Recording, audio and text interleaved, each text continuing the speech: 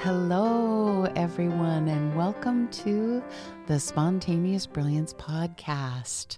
I want to talk to you and me and all of us about the power of word today. So what I mean by that is just looking at the power that we hold in the words that we use. And the world that we live in, it's miraculous, it's magical that we are creating this world with our thoughts, and we express our thoughts through our words. So our words are becoming what we are experiencing. As we channel that energy into words, we are wielding the power of the creative thought. Mary Morrissey says everything is a thought before it's a thing. And Mike Dooley says thoughts become things, so choose the good ones. I always love that.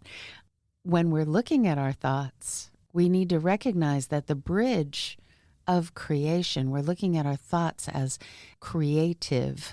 In spontaneous brilliance, we notice that an offer in an improvisation is anything that you say or do in that improvisation, right? But in the improvisation that is life, the 24/7 improv on the great stage of life, we are offering every thought, every word, and every deed.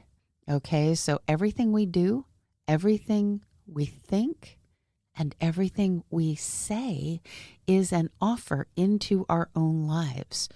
We are creating our world with our words. That's pretty magical, right? The power of words has been known since the dawn of at least the written word. Whether you're pagan or Hindu or Buddhist or Christian or Jewish or whatever, no matter who you read or who is your master teacher, Gandhi, Buddha, Jesus, Don Miguel Ruiz, Deepak Chopra, Emmett Fox, everybody, just to name a tiny, teeny few of them, they all place a humongous importance on the power of words, on the magical creative power of our words. The Bible says, in the beginning was the Word, and the Word was God. Okay? So whether you use the word God, or you use the word source, or you use the word divine, or you use the word universe, it's still pretty amazing. The Word is the source energy of creation. Ernest Holmes said the word gives form to the unformed. And he also said all thought is creative. He said the word is the mold which decides what form the thought is to take as it assumes shape and becomes part of our conditions. So you and I direct that creative energy with our words. I don't know about you, but I've been talking for a long time. You may have noticed I talk a lot. And I would like to think that I pay attention to the impact and the power of the words that I'm saying. And I teach other people to do that. And I still miss it sometimes. I still say things. I direct energy. I focus energy, offer it into my life without consciously being aware of the impact. I think most of us rarely stop to think about all of the power behind each and every single word that we're saying, but it's a lot of magic we're wielding around. Don Miguel Ruiz says the word is the most powerful tool that humans possess. It is the tool of magic. You know, the Wiccan phrase, your word is your wand, right? Your word is your wand. This huge, powerful wand, and we're swinging it around like a wizard or a sorcerer. That's rather important stuff, you know, but I tend to think that we are much more like Mickey Mouse in The Sorcerer's Apprentice, right? Where he picks up the sorcerer's wand and he thinks it's going to help him get his job of mopping up done faster, and he ends up making this gigantic mess. He got a hold of that wand and he did not understand the power that he held. He caused or created quite a bit more than he had intended. Because when we wield that wand of our words, consciously or unconsciously, We cause something to be brought into form, and we are creating whether we intend it, whether we mean it or not. Remember, we are the responsible creator, whether we notice, accept, intend it. We use the words to block, or we use the words to offer. We use the words for whatever we are letting them spring forth out of our mouth for. It's our choice. It's our responsibility. We created that outcome. We directed that energy. We are responsible whether we're conscious or not. We don't get to choose whether or not we are creating, because we are. We have to remember that. It's not like, oh, these words are meant to do something. These words, I'm just, they're just coming out of my mouth. And I got to admit, that's happening to me a lot, because I'm a chatty girl. You might have noticed that. Words are coming out, and hopefully they're thoughtful. Hopefully they're mindful. Hopefully they are intentional and filled with love. Ernest Holmes said, all thought is creative, not just the intentional thought. We don't only create what we consciously intend. We create unconsciously. We create unaware all the time. We're just swinging that wand in the basement while the sorcerer is kind of busy doing something else. And the basement is filling up with water. If you haven't seen The Sorcerer's Apprentice, that sort of epic cartoon, see it sometime. It's festive, and it's anybody my age, which admittedly is quite a few decades more than some of you who might be out there. But we see little snippets of it all the time because it's woven into lots of things all the time. He's supposed to be mopping up this basement, and the basement starts filling up with water, and there's more mops than you could ever imagine. And so I think that's what we're doing a lot of times in life, is we're creating far more mops than we meant to. And we've got the basement filling up with water, and we're just going, oops, wait, how did I do that? We're practicing powerful magic every day. And what we choose to practice as we practice that magic is what we are teaching ourselves. And what we teach ourselves is the truth of how we want to behave, whether we're conscious or unconscious, because repetition creates a lesson. So once we have learned how we are deciding, and by learned, I don't mean wisdom necessarily, but once we have established a pattern for how we use our words, then we are establishing a pattern of what we are creating in our lives, in other lives, and in the environment around us. So many of you out there will know the Don Miguel Ruiz book, The Four Agreements. It's based on ancient Toltec religion, and it's based in the idea that we have essential agreements that we live by. In this little tiny book, it looks really simple, and it's just got 4 agreements, thus the title, The Four Agreements, right? And the 4 agreements are these: be impeccable with your word. That's number 1. Hello.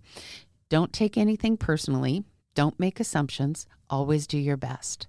Now, I don't know if you've ever read this book. I'm assuming that many of you have. If you haven't, pick it up. It's worth picking up. It's definitely worth reading. And it's worth trying to practice those 4 things. Okay, but let's just start with number 1. The first agreement is be impeccable with your word.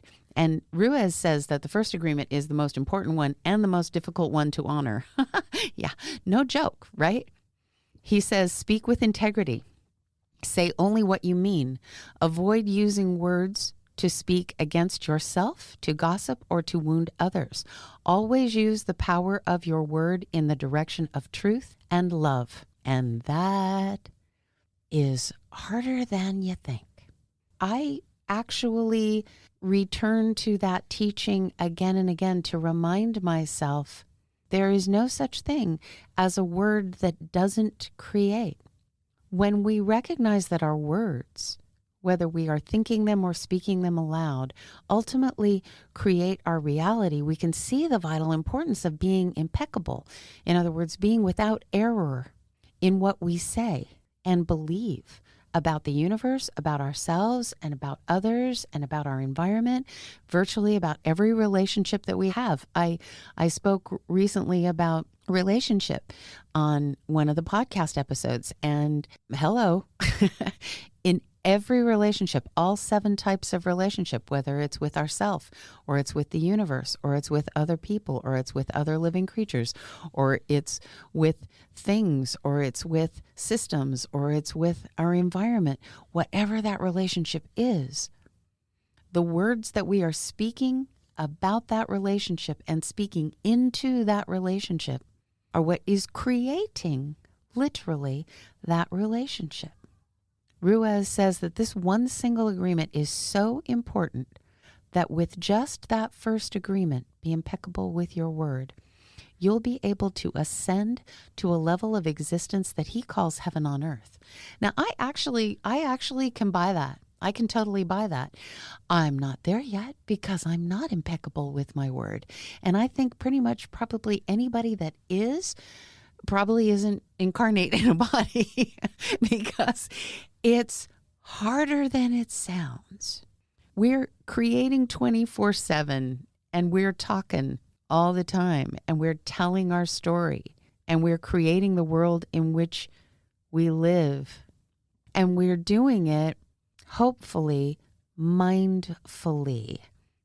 Ernest Holmes says, you are dealing with intelligence, so deal with it intelligently. I've always really liked that. And he says that in reference to talking about the power of focusing words. What we put words to, that creation is also what Ernest Holmes says is continuous and unremitting. That once we focus that energy into words, we bridge that gap between thought and material creation by speaking it into word. It will operate until it does all it is supposed to do or intended to do. That's what Holmes says. Yikes! It's continuous and unremitting. Ow! Because sometimes we say words, do we want to think of them as continuous and unremitting? Probably not with some of them. If we're putting forward words that we don't want to be continuous and unremitting, then we should not put them forward. Either words that we are saying to ourselves in our internal dialogue or out loud to ourselves, or words that we are saying to others, or words that we are saying about our circumstance, the effect will continue. The result will continue. The creation will continue. It will be. Once we've said it, it is. So the trick is to create that which we intend and not that which we don't, right? We're saying that by being here in Spontaneous Brilliance, we're working to be conscious creators. So how do we know what we're creating? How do we know what the effect is of the words that we are thinking and speaking? Well, 2 ways that spring to mind really abruptly are, one of the things that I'm always teaching actors is I'm teaching them to listen before they speak, to listen. So that means if we're listening, we're placing an importance on the words that we're hearing. We're listening to what is truly being said by the people around us. We're not judging. We're not offering words back too quickly. We are listening. We are taking it in. We are trying to work to a place of understanding what's truly being said. So listen to yourself and to all those around you. That's one way to be aware of what's being created. Another is to notice, to recognize our thoughts.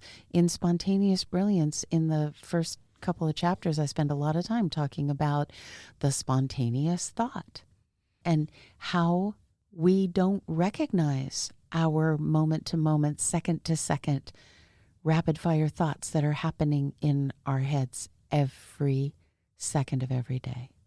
We have so many thoughts. And when we think that thought, with enough attention that we are thinking it in terms of words, like an inner dialogue, something we are saying to ourselves, something we are judging about ourselves, about someone else. Once those become words in our head, and it's not just, my nose itches, so I'm scratching it. It's, ooh, I hate it when that happens, It becomes that thought, becomes those words. It is becoming what we are creating. It is moving, even though we haven't spoken it out loud. We've attached those thoughts to words, even inside, and they have become powerful creative forces. Emmett Fox says, what we see in the outer is but a reflection of the inner because we surround ourselves with a picture of our own beliefs. We manifest in general what we seriously think and believe. So if we want to find what our habitual thinking is like, we have but to look around us and ask ourselves what we see. So again, if we are looking at what is outside of us, we are knowing what the words are that we're holding on to because we are creating our world.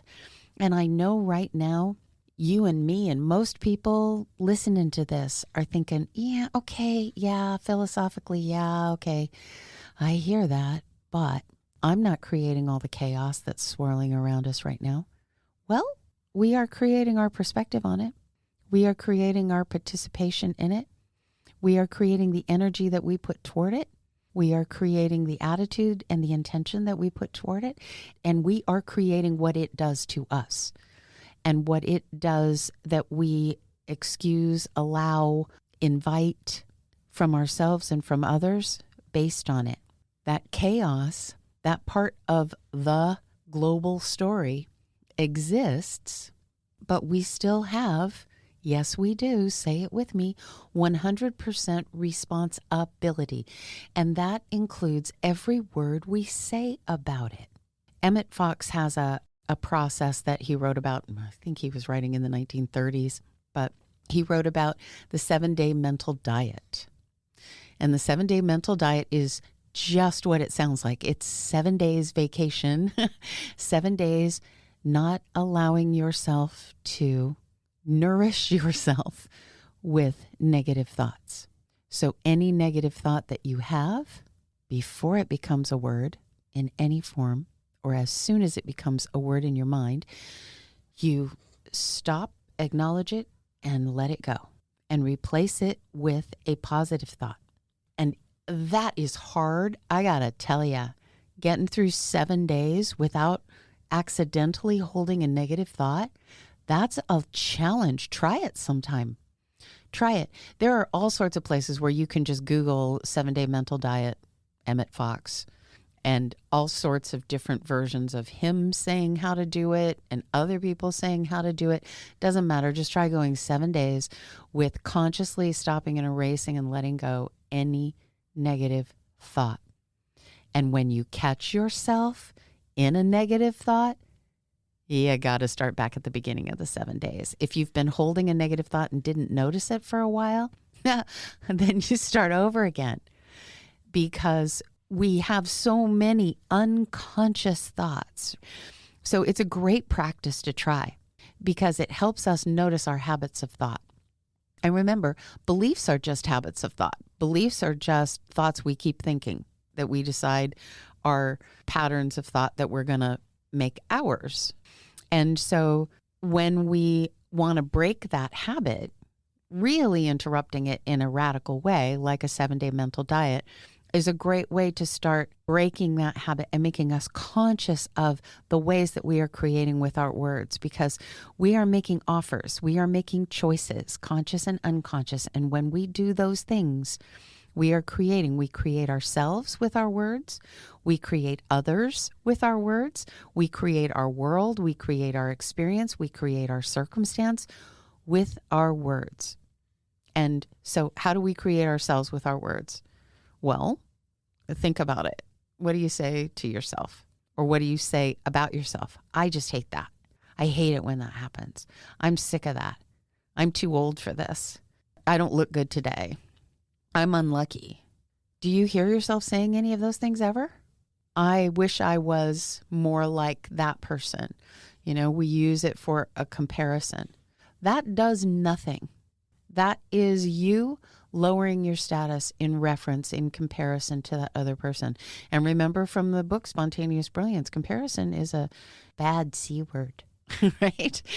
I think I did a podcast episode on that too. But comparison doesn't help us. But we use our words to compare all the time. And so we are creating our picture of ourselves. And we've always said, at least when I was a child, the very popular phrase was sticks and stones can break my bones, but words can never hurt me. Yeah, right. Yeah. Anytime that you ever heard that come out of a child's mouth on a playground, it was in defense of something that was in the process of hurting them or was intended to hurt them, words that was intended to hurt them. Anytime that we said it on the playground, we might have been crying or tormented in some way. And the saying of it was an attempt to stop that, to defend ourselves against the pain we already have. We're trying to deny the power of those words being said to us. But the truth is, we're on the playground with ourselves 24/7. We're hurting ourselves all the time. We say, I can't, I don't, I'm not, I'm too much, I'm not enough. All the nasty, rotten things we say to and about ourselves, we wouldn't say them to the people that we love the most in this world. We just wouldn't, because we know they would hurt them.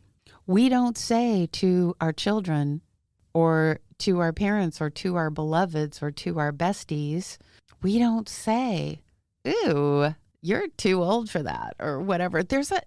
I have noticed among folks the age of my daughters, and they are in their 20s and very early 30s. But even since they were late in their teens, certainly in their 20s, they acquired, and these are very nice people, right? But they acquired a habit of sort of talking tough to each other in words that they would never use toward me, calling each other things they would, as sort of, quote, terms of endearment that they would never call me, because I wouldn't hear them the way that, that they're telling themselves they're hearing them. But when we take a word that has a powerful meaning in the vernacular, that has a negative connotation in our society, and we try to sort of use it as a, quote, term of endearment or as a joke, how many times have you heard people excuse really hurtful talk by calling it a joke? Okay, that's another thing off to one side for a second. But this tendency now to try to popularize calling each other ugly things, just as because it's, quote, funny, or it's a term of endearment, or it doesn't mean what we think it means. There is a part of our brain that knows where that word came from and carries with it the power of what it had originally, because it was almost an act of rebellion to start using the word very, very frequently, right? Whatever this negative term for someone else was, to use it sort of aggressively with a smile as this pseudo term of endearment, it still holds the energy of where it was originally intended. Otherwise, it wouldn't be a rebellion. And so I just ask that, say what you really mean. Try that. Instead of saying, something, calling somebody that you love by a term that would not be interpreted that way by everybody if they didn't hear the sound of your voice or see the look on your face and their face at the time. Try using only words that you don't have to know the context for, that the words hold that truth no matter what. Let's be mindful of the things that we are saying to and about ourselves. Let's start there, because the reason we wouldn't say them to other people and the reason we know they would hurt other people is because they are inherently hurtful. They are feelings. They are the ways we are choosing to feel. They are not truths. When we think, I'm not good enough, or I can't do that, or I shouldn't, or I'm not enough, or I'm too much, or whatever, We don't want to start to accept them as truths. We don't want to teach ourselves that. We're powerful creators. We can treat them as facts, and they will move from being our feelings to being our beliefs, and then we'll live with them as though they're truths, and they are not. So we create ourselves by what we tell ourselves every day that we are. So take the time to say nice things to yourself. And one way to break the pattern of the narrative running in your head, the words that you're saying to yourself as you're creating yourself in your head. And think of it that way. Actually think of it that way, because the words I just used actually make it sound really powerful. The words that you're using as you're creating yourself today to interrupt the unconscious words that are running through your brain, use them consciously, powerful, positive words to interrupt that internal dialogue. Take the time to say nice things to yourself and say them out loud. If you have to do it before you leave the house in the morning, and you have to do it in your car when you're by yourself, and you don't want to do it in front of other people, that's fine. And then in a couple of months or a couple of weeks or a couple of days, if you happen to feel particularly brave, start saying them out loud. Check yourself. Every time you say, I can't, say, strike that, erase it. What I really mean to say is, I can do that. I'm a little scared about it, but I'll get past it because I know that I'm a powerful creative being.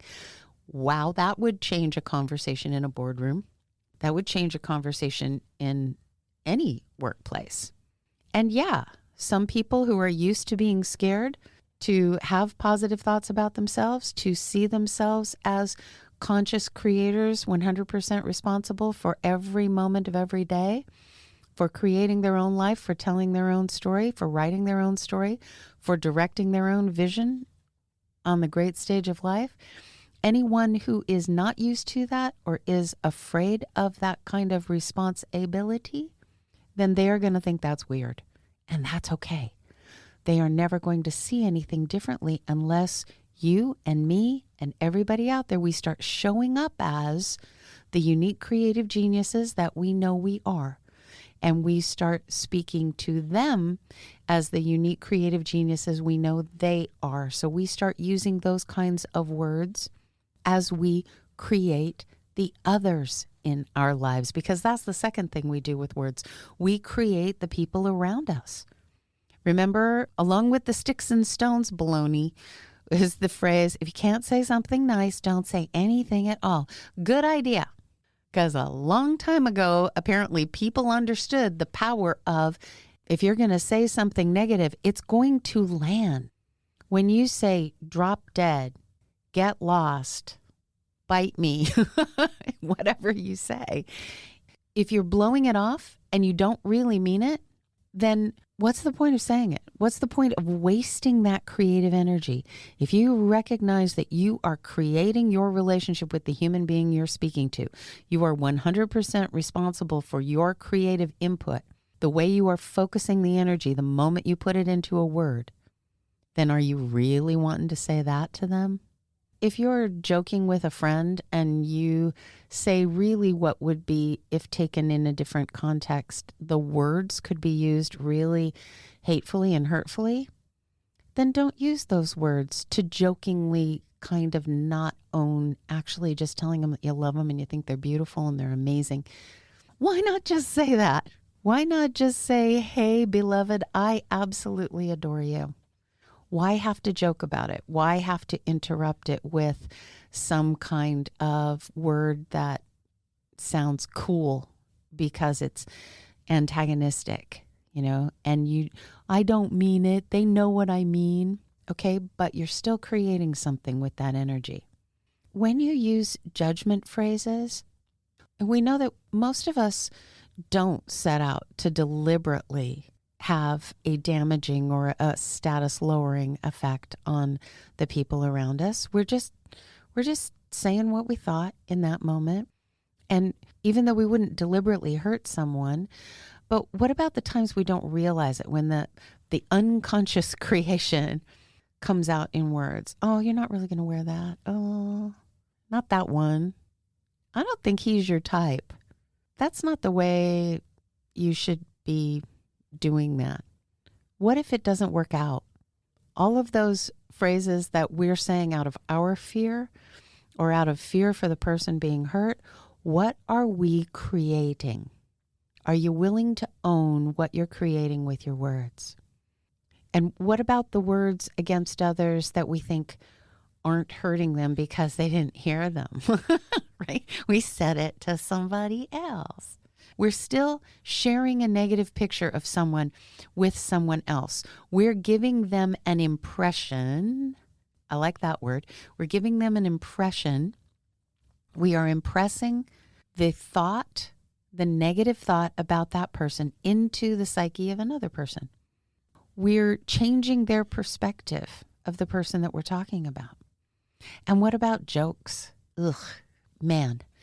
There's a word that I will not repeat here, but when I got involved with the Special Olympics, it was, they were very engaged legislatively to make that word unacceptable. And it had become like a joke way of saying that somebody was goofy or somebody was acting silly or somebody was dorky, and it starts with an R. And it is a profound no word, because there are people who have cognitive challenges that there is no way that if that is a joke to call somebody else, that it's not painful to anybody who has a cognitive difficulty hearing it. And there's no reason to use that word. It's not cool to call somebody else by that word. It's not cool. It's not uplifting to us to call anybody by any word that is meant to be derogatory in any way. And I'm sounding like a Pollyanna right now, and I know it. But just as I scream from the mountaintops every day, can you imagine how our world would change in our communities, in our classrooms, in our office places, in our homes, if we saw every human being as the unique creative genius that they are? Can you imagine how those same environments would change if every word we used was an intentional offer intended to add to the circumstance in a positive way, add to that person's life in a positive way, add to my life in a positive way? Everything I say and everything I do, if I am offering creative offers that are intended to create good, the highest good possible, then I'm really being a conscious creator. Words that you say in the heat of anger, words that you say carelessly, yeah, they're creating something. And the challenge is, a lot of times we're not able in that moment maybe to stop ourselves from the angry word or the abrupt word. But the second that we notice what we're doing, if we can shift the energy, we can at least try to start to shift the circumstance. But there's an old story about the effect that we have on others that is unchangeable. And you might know this story, that there was this little boy, and he had a really, really bad temper. And so his father decided to give him this big giant bag of nails, and that every time the little boy lost his temper, he had to hammer a nail, and they were big long nails. He had to hammer a nail into the fence.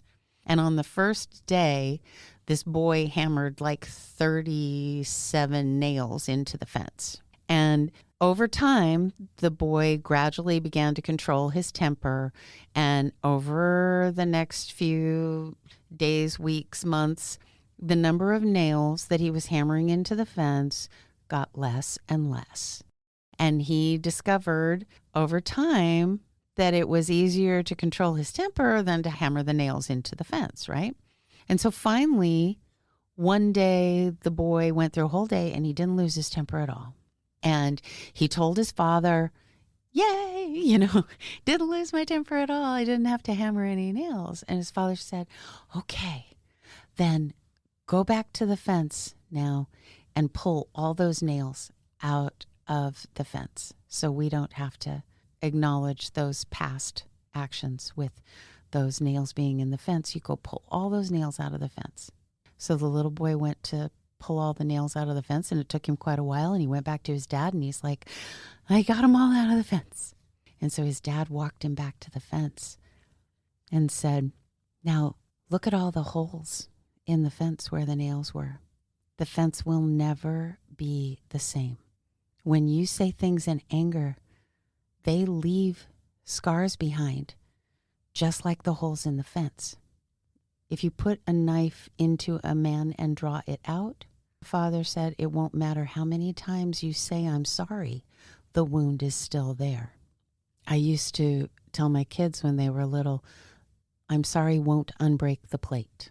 If you're careless, you can't unbreak the thing that you break. You can't pull out the nail and not leave a hole behind.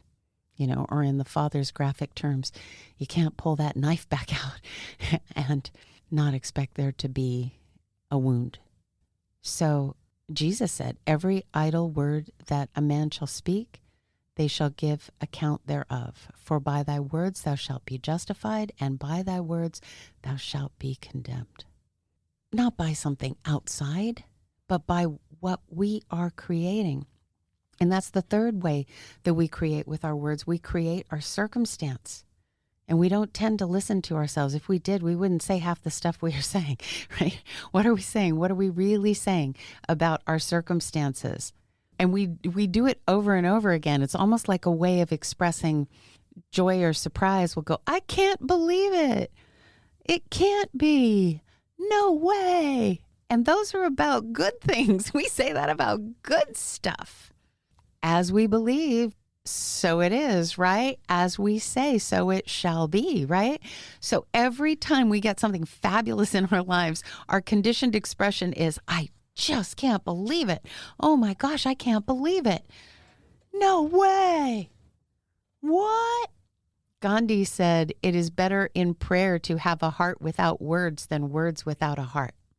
So it's better, in other words, in Gandhi terms, to sit silently in just a loving energy than to speak words and not have your heart attached to them. Don Miguel Ruiz, we keep going back to him, he says the word is a force. It is the power you have to express and communicate, to think, and thereby to create the events in your life. There you go. There you go. We create by combining those feelings with words and then forming intention. I talked in a recent podcast about Arnold Patton's ideal day exercise. He would say, you set your intention for a given day, and human beings specialize in feelings and the universe specializes in the details. So you set your intention for the given day, what the human wants to feel. By saying it, you choose a word, the all-powerful creative word, and you choose it, and then the universe fills in the details to help you feel that way. And I know I told the story recently, so I won't go into it here, but identifying one word for the way you want to feel and knowing that the universe will take care of the details of helping you find the circumstances to feel that way, it's an amazingly clear and effective opportunity to learn just how powerful word is. So try that one day. Try choosing a word for how you want to feel in that day and repeat it. I am this. I am this. Because those are powerful words. I am is stating it in terms of the divine. That is what you are calling into your being. I am powerful. I am successful. I am wealthy. I am happy. I am whatever it is. We can't choose whether or not the energy that we think, the vibrational energy that we contain, the pure potentiality, we can't choose whether or not it is directed. We can just choose how it is directed. We are vibrational beings. The entire universe is vibrating energy. And we choose how we respond. We choose how we think. We choose what we do. We choose what we say. And we focus the energy. That's the power of word. It's the power that all energy has. It's the power of creation. In the beginning was the Word. There is a biblical phrase, man does not live by bread alone, but by every word that comes from the mouth of God. Okay? So whether you use the term God or source or universe or the divine or whatever, think of yourself as being the mouth of God, source, the universe, the divine, the mouth of the divine, right? I sing the Jewel song, Hands. We are God's hands, we are God's eyes. Doesn't say we are God's mouth, but hello, yeah, we still are. That word doesn't rhyme in there very well, but it's true. It's powerful. And the best way to stop misusing the magic in the power of word is to stop and notice that I am speaking in this moment, whatever moment it is. We can stop ourselves and say, I am speaking in this moment for the universe, for source, for the divine, for God, for whatever word you choose to use. That is a powerful image. Just to put it on a real basic spontaneous brilliance level, the universe doesn't block. So the universe doesn't trash talk either. Not about self, not about others, not about its relationships, not about the thing it's creating. Source is pure love. We are speaking as the mouth of the divine because it cannot be otherwise. All there is energy. All there is source energy. The most effective way to make something conscious and clear and impeccable is to establish a practice. And it's not just like that interruptive behavior, like the 7-day mental diet to get rid of the negative thought, but it's the act of replacing it with the positive thought. We have to establish a practice, just like an actor does. We have to establish a practice of putting into practice what we choose to do. Our performance here on the great stage of life is about playing what we intentionally choose. Our talent, our success lies within our choice. We cannot play a negative. We have to choose a positive choice and then play it completely. And so we practice what we want to do. Remember, I've told many times that if I'm directing an actor and they fidget and they don't know what to do with their hands, I can't help them by telling them that they're fidgeting with their hands and they need to stop it. That's just going to lock them down. They're going to do nothing but worry about whether or not their hands look real or casual, or what am I doing with my hands? Where am I supposed to put my hands? Oops, I just fidgeted again. Uh-oh, right? That's all I'm going to do is set off alarm bells in their head that I'm not going to be able to undo. But if I help them discover something that character does habitually with their hands, or some secret prop that the character has in a pocket that they play with, or I help them find something positive to do with their hands, I give them an energy that they are, an image for the energy that they are sending out through their hands. I can help them create behavior that will take their mind into an active place. The same is true with the words that we choose. I can't say to you and help you really, or me, I can't just say, stop using negative words. Stop it. Don't do it ever again. Stop it. That's not helping anybody. It's just blocking. It's just saying no. So what do we have to do? We have to accept, or we have to acknowledge that practice is already in play. We are in habit. We have habits that we don't want to have continue, so we have to replace them with something else. I used to have a spiritual teacher when I was younger, incredibly psychic, healing lady, and she would always say, be constant and instant in prayer.